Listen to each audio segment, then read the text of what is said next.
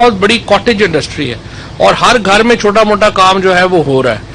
یہ تب اس کو فائدہ ہوگا جب اس کو ہم ایک بوسٹ دیں گے کہ یہ را مٹیریل اپنا جو ہے وہ ٹیکس فری یا یہ اپنی کسٹم ڈیوٹی فری منگوا سکیں. اس کے بعد یہاں پہ جو کام ہو رہا ہے اس کو گورنمنٹ جو ہے وہ پیچھے اس کو بیک کرے. اسی طرح سے جو مٹیریل بینک ہے وہ انشاءاللہ تعالی سیالکوٹ کے اندر عثمان ڈار صاحب کے ساتھ بھی ہم نے بڑا اس کے اوپر جو ہے وہ کام کیا ہے. بہت جلد یہ جو سٹیل کے لیے اسپیشلی جو ایک دنیا کی بہترین کوالٹی ہے, دو تین چیزیں ہیں نا, ایک تو کوالٹی ہونی چاہیے, پھر سرٹیفیکیشن ہونی چاہیے.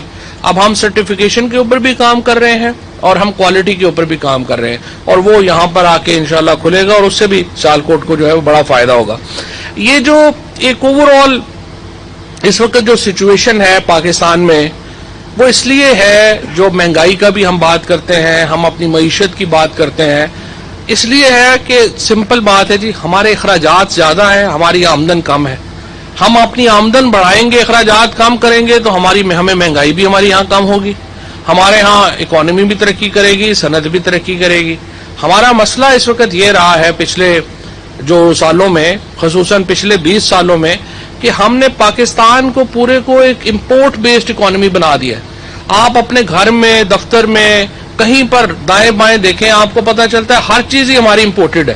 ہماری لائٹیں لگی ہوئی ہیں یہ ہم امپورٹ کر رہے ہیں, یہ ہمارے سامنے جو پڑے ہوئے ہیں مائک پڑے ہوئے ہیں یہ ہم امپورٹ کر رہے ہیں, ایون اس کے اوپر جو ڈبے لگے ہوئے ہیں یہ بھی ہم امپورٹ کر رہے ہیں پلاسٹک کے. کوئی چیز ہم اپنی جو ہے وہ نہیں بنا رہے تھے.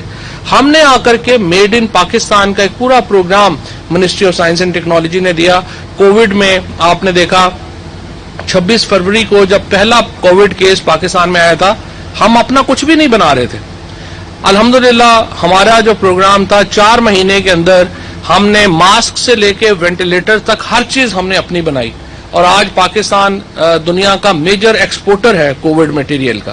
اور اسی طریقے سے ہم یہ سمجھتے ہیں کہ جو سیالکوٹ کی انڈسٹری ہے, گجرانوالہ کی انڈسٹری ہے, وزیر آباد کی انڈسٹری ہے, اگر ہم ان کو پیچھے سے گورنمنٹ جو ہے وہ سہارا دے گی تو پھر ہم اپنی معیشت کو سہارا دے پائیں گے, پھر ہمیں قیمتیں بھی صحیح ملیں گی, پھر ہماری صنعت بھی جو ہے وہ ترقی کرے گی. اب مسئلہ یہاں پہ یہ ہے کہ جب بھی آپ کی معیشت کو سہارا ملتا ہے, جب بھی آپ کی معیشت کھڑا ہونا شروع ہوتی ہے, پاکستان کے دشمن ایک ایجنڈے کے اوپر کام کرنا شروع کر دیتے ہیں. وہ پاکستان کو اپنے پاؤں پہ کھڑا ہوتے نہیں دیکھ سکتے, لہذا کبھی اپوزیشن تحریک شروع کر دیتی ہے. ابھی بھی آپ دیکھیے کہ جو یہاں پہ مریم نواز صاحبہ نے اور ان لوگوں نے جو تحریک کا شوشہ چھوڑا ہے, اس کی کیا مورل کرنسی ہے, اس کی کیا اخلاقی حیثیت ہے, سوائے اس کے کہ ایک ابو بچاؤ مہم جو چل رہی تھی, جو ناکام ہوئی, اب اس کو ایک انتشار پھیلاؤ مہم میں تبدیل کیا گیا ہے. میں یہ سمجھتا ہوں کہ اس تحریک کا نہ تو کوئی اخلاقی جواز ہے, نہ ہی اس تحریک کا کوئی سیاسی جواز ہے. آپ نے الیکشن لڑا, آپ الیکشن ہار گئے, اب آئین ہمارا کہتا ہے کہ آپ 5 سال انتظار کریں گے. جو اگر آپ انتظار نہیں کر سکتے, دوسرا جو آپ کا پرابلم ہے وہ یہ ہے کہ آپ اس لیے انتظار نہیں کر سکتے کہ آپ جیلوں میں جا رہے ہیں. اس وقت جو ساری تحریک ہے اس کا سوائے اس کے کوئی اور مقصد نہیں ہے کہ احتساب کے عمل کو سبوتاژ کیا جائے. فیٹف کے دوران بھی جو سب سے بڑا مطالبہ تھا اپوزیشن کا وہ یہی تھا کہ ہم فیٹف کے اوپر تو حکومت کو جو ووٹ ہے وہ دینے کو تیار ہیں, لیکن ہم اس تب ووٹ دیں گے جب P T I Imran Khan ہمیں نیب کے قانون میں 37 میں سے 34 شقیں جو ہیں وہ رپیل کریں گے. یہ ہم نہیں کر سکتے. پی ٹی آئی کی جو حکومت ہے, عمران خان کی جو ایمرجنس ہے, وہ ایک اینٹی کرپشن موومنٹ کے طور کے اوپر ہوئی ہے. اگر ہم اپنی اسی بات سے پیچھے ہٹ جائیں, احتساب کے عمل سے پیچھے ہٹ جائیں, تو ہمارا جو ووٹر ہے وہ ہمارا گریبان پکڑے گا. یہ جو آپ کے 8 کیس ہیں جس کے اوپر تمام یہ تحریک چل رہی ہے, کوئی اس تحریک کا آئین اور قانون سے تعلق نہیں ہے. میں نے پہلے ہی کہا تھا کہ مریم نواز صاحب کا ان کا آئین سے, قانون سے, جمہوریت سے اتنا ہی تعلق ہے جتنا کیپٹن صفدر کا فوج سے تعلق ہے, یعنی کوئی تعلق نہیں. اس لیے ان کا جو تمام تر جو ان کا زور ہے وہ اپنے 8 کیسز کے اوپر ہے یہ کہتے ہیں کہ یہ 8 کیسز ہمارے جو ہیں وہ آپ چھوڑ دیں، اس کے بعد باقی جائے بھاڑ میں. پھر نواز شریف صاحب جو ہے وہ خود لندن بیٹھے ہوئے ہیں، بچے ان کے بیٹے ان کے مے فیئر میں بیٹھے ہوئے ہیں. ایک بیٹی جو ہے ان کو انہوں نے قوم کی بیٹی کے طور کے اوپر پاکستان میں رکھ لیا ہے، اور پیسے سارے بچوں کے نام کے اوپر ہیں. اگر آپ کو مریم نواز اتنی عزیز ہیں تو میں تو مریم نواز کے حق کے لیے یہ بات کروں گا کہ پیسے بھی تو ان کے نام لگائیں. پیسے بیٹوں کے نام لگائے ہوئے ہیں جو امریکہ میں، جو کہ لندن میں بیٹھے ہوئے ہیں. ایک جو ہے وہ 1 ہائیڈ پارک لے کے بیٹھا ہوا ہے، دوسرا جو ہے وہ پارک لین لے کے بیٹھا ہوا ہے. اب سوال یہ ہے کہ جب آپ اپنی تحریک میں اتنے سنجیدہ ہیں کہ آپ پاکستان آنے کو تیار نہیں ہیں، اپنے بیٹوں کو پاکستان بھیجنے کو تیار نہیں ہیں، تو پھر کارکنوں سے یہ کیسا مطالبہ ہے کہ آپ سڑک کے اوپر آ جائیں؟ یا تو پھر پہلے آئیں اور ہمت کریں اور تحریک کو لیڈ کریں. اب آپ الحمدللہ ٹھیک بھی ہیں، اور جب جس طریقے سے ویسے ہی آپ کا باہر رہنا غیر اخلاقی ہے. آپ جس طریقے سے پاکستان میں یہ کہہ کے گئے کہ میں بیمار ہوں، اور اس کے بعد آپ ہر روز ایک نیا ریسٹورنٹ ایکسپلور کر رہے ہیں. اور سب سے دکھ کی بات یہ ہے کہ ریسٹورنٹ میں کھانے وہ کھاتے ہیں، بل اس کے پاکستان کے لوگ دے رہے ہیں. اور یہ وہ پیسہ ہے جو پاکستان کے لوگوں کا پیسہ ہے، یہ کسی کا ذاتی پیسہ نہیں ہے. ہمارے ان سے صرف یہ مطالبہ ہے، یا آپ پلی بارگین کریں، اور ہمیں آپ کو جیلوں میں رکھنے کا کوئی شوق نہیں ہے. آپ پلی بارگین کریں، جو پیسے پاکستان کے لوگوں کے ہیں پاکستان کے لوگوں کو واپس کریں، اور یا پھر اپنی جیل کاٹیں. یہ ان دونوں میں سے کوئی ایک آپشن جو ہے وہ آپ لے لیں، اور یہی ہمارا جو ہے. باقی انشاءاللہ تعالی تحریک میں نے تو صبح مشورہ دیا ہے، تمام سیاسی جماعتوں کو بھی میں نے مشورہ دیا ہے کہ فی الحال اپنی جو سیاسی ایکٹیویٹیز ہیں ان کو ہمیں کرٹیل کرنا چاہیے. اللہ تعالیٰ نے بڑی مہربانی کی ہے، پاکستان میں کووڈ جو ہے وہ کوئی سیریس نہیں ہوا. ہم نے اس میں پرائم منسٹر صاحب نے، NCOC نے بڑی محنت کی ہے، اور اب یہ اپنی بیوقوفی سے ہم اس کو دوبارہ اپنے اوپر مسلط نہ کر لیں. یہ نہ ہو جس طرح لندن میں یا فرانس میں یا USA میں کووڈ کی دوسری لہر اتنی تیزی سے واپس آئی ہے. بہتر یہ ہوگا کہ یہ یہاں پر ہم اس سے بچ جائیں، اور اس کے لیے میں تو اپیل کرنا چاہتا ہوں تمام سیاسی جماعتوں سے کہ 3 مہینے کے لیے کم از کم اپنی جو سیاسی ایکٹیویٹیز ہیں آپ ان کو معطل کر دیں، اور اب فروری میں، جنوری آخر میں یا فروری میں آپ دوبارہ اپنی سیاسی ایکٹیویٹی شروع کریں. ہمیں پتہ بھی تو چل جائے نا کہ آگے سردی کا موسم آ رہا ہے، اس میں کیسے کووڈ جو ہے وہ بیہیو کرے گا. کیونکہ ملکوں میں جہاں پہ سردی ہوئی ہے وہاں پر کورونا جو ہے وہ بڑی شدت سے واپس آیا ہے.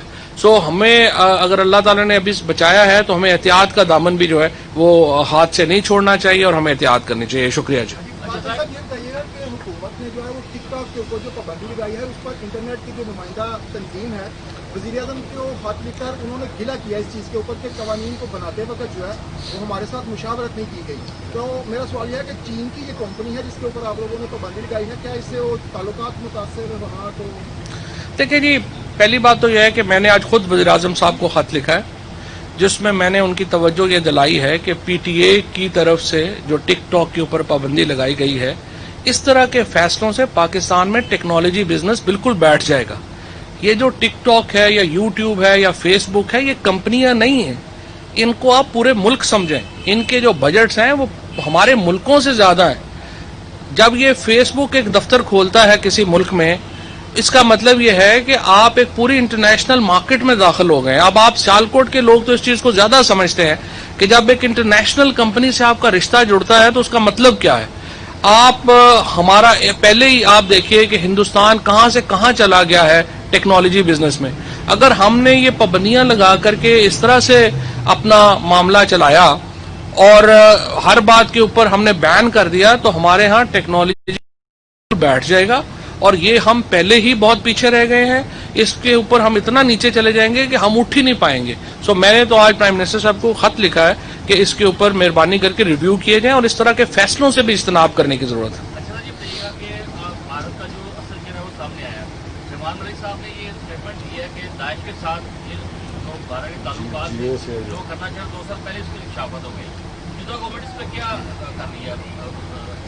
بالکل یہ بات آپ کی صحیح ہے. دیکھیے 2 امپورٹنٹ چیزیں ہیں. ایک تو پہلے جو ایک رپورٹ آئی جس میں بھارت کے 44 جو بینک ہیں ان کا یہ ذکر آیا کہ وہ منی لانڈرنگ میں ملوث ہے. اور اب فورن پالیسی میگزین جو ایک بہت ہی انفلوئنشل میگزین ہے, بڑا بااثر اخبار ہے, اس نے یہ رپورٹ دیا ہے کہ جو نئی تحقیقات آئی ہیں ان میں جو بھارت کے زیادہ تر جو لوگ ہیں وہ داعش کے ساتھ اور اس طرح کی شدت پسند تنظیموں کے ساتھ ملوث ہیں. میں یہ سمجھتا ہوں کہ جس طریقے سے ایک فاشسٹ گورنمنٹ بھارت کے اوپر ہے نریندر مودی کی, اس کی وجہ سے بھارت میں ایکسٹریمزم بڑھا ہے اور اس کے میں اور اضافہ ہو رہا ہے, اور ظاہر ہے کہ دنیا کو بھارت کی طرف توجہ کر کے دیکھنے کی ضرورت ہے. پاکستان کا نام فیٹر میں ڈالنے پہ بھارت نے جو رول پلے کیا تھا وہ ساری دنیا جانتی ہے. اب عالمی ذرائع ابلاغ میں بھارت کی جو صورتحال سامنے آ رہی ہے اس میں کیا ہماری حکومت کی NKTF میں بھارت کو جو ہے وہ بلیک لسٹ کرنے کے حوالے سے کوئی پیش بالکل آپ کی بات ٹھیک ہے, اور ابھی بھی جو فیٹف کی میٹنگ ہو رہی ہیں ان میں پاکستان نے یہ باقاعدہ توجہ دلائی ہے, اقوام متحدہ کی توجہ دلائی ہے بھارت کی دہشت گردی کی طرف, بھارت کی جو انوالومنٹ ہے دہشت گردی میں اس کی طرف, اور انشاءاللہ تعالی ہم جو اپنا بھرپور کردار ہے حکومت وہ اپنا کردار ادا کرتی رہے گی. سر ایک سوال ہے, میر عبدالرحمان صاحب 200 روز سے زائد ہو گئے, اس کیس کا کیا میر صاحب کی بیل کے اوپر نوٹس ہو گیا اور انشاءاللہ تعالی اللہ خیر کرے گا. مسلم لیگ نون کا کہنا ہے کہ 84 افراد جو ان کے MNA وہ سینٹ کے الیکشن سے پہلے مارچ سے پہلے جو ہے وہ استعفیٰ دیں گے. اس کے ملک کی سیاست پر کیا اثر ہے؟ دیکھیں پہلی بات تو یہ ہے کہ میں تو سمجھتا ہوں کہ اس دن زرداری صاحب نے ان کو بچا لیا. اگر یہ اس دن استعفیٰ دینے کا اعلان کر دیتے تو 84 تو کیا پتہ نہیں خواجہ آصف صاحب نے بھی دینا تھا کہ نہیں دینا تھا. ایشو یہ ہے کہ لوگ جو سیاست کرتے ہیں وہ مقامی سیاست کے اپنے جو معاملات ہیں اس کو سامنے رکھ کے سیاست کرتے ہیں. استعفے لینا آسان نہیں ہے. میرے خیال میں اگر PMLN استعفے کا اعلان کرے گی تو زیادہ سے زیادہ 18 سے 20 لوگ ریزائن کریں گے, اس سے زیادہ لوگ ریزائن نہیں کریں گے. اور میں تو چاہتا ہوں خواجہ آصف صاحب ریزائن کریں. عثمان ڈار صاحب نے فل تیاری کی ہوئی ہے اور ہم تو ان کو اسمبلی میں دیکھنا چاہتے ہیں جلد از جلد. صاحب آپ نے کہا کہ 3 ماہ تک سیاسی جو لیکن آج آپ کا PTI کا PD میں جلسہ اس کے بعد میں سمجھتا ہوں کہ PTI کی طرف سے بھی جو احتیاط کرنی چاہیے. PTI کو بھی جو اصول باقی پولیٹیکل پارٹیز پہ ہوتا ہے وہی اصول PTI کے اوپر بھی ہوتا ہے. اگر باقی پارٹیز کو ہم کہہ رہے ہیں کہ وہ کرونا سے احتیاط کریں تو PTI کے لوگوں کو بھی کرنی چاہیے. ٹھیک ہے, ہاں جی. اور کوئی کوشچن جی؟ بس تھینک یو. وفاقی وزیر سائنس و ٹیکنالوجی چودھری فواد حسین سیالکوٹ میں میڈیا سے گفتگو کر رہے تھے. انہوں نے کہا کوشش ہے پورے سیالکوٹ ضلع کو خصوصی اقتصادی زون قرار دیا جائے. ڈیجیٹل ٹیکنالوجی پر توجہ دینے کی ضرورت ہے.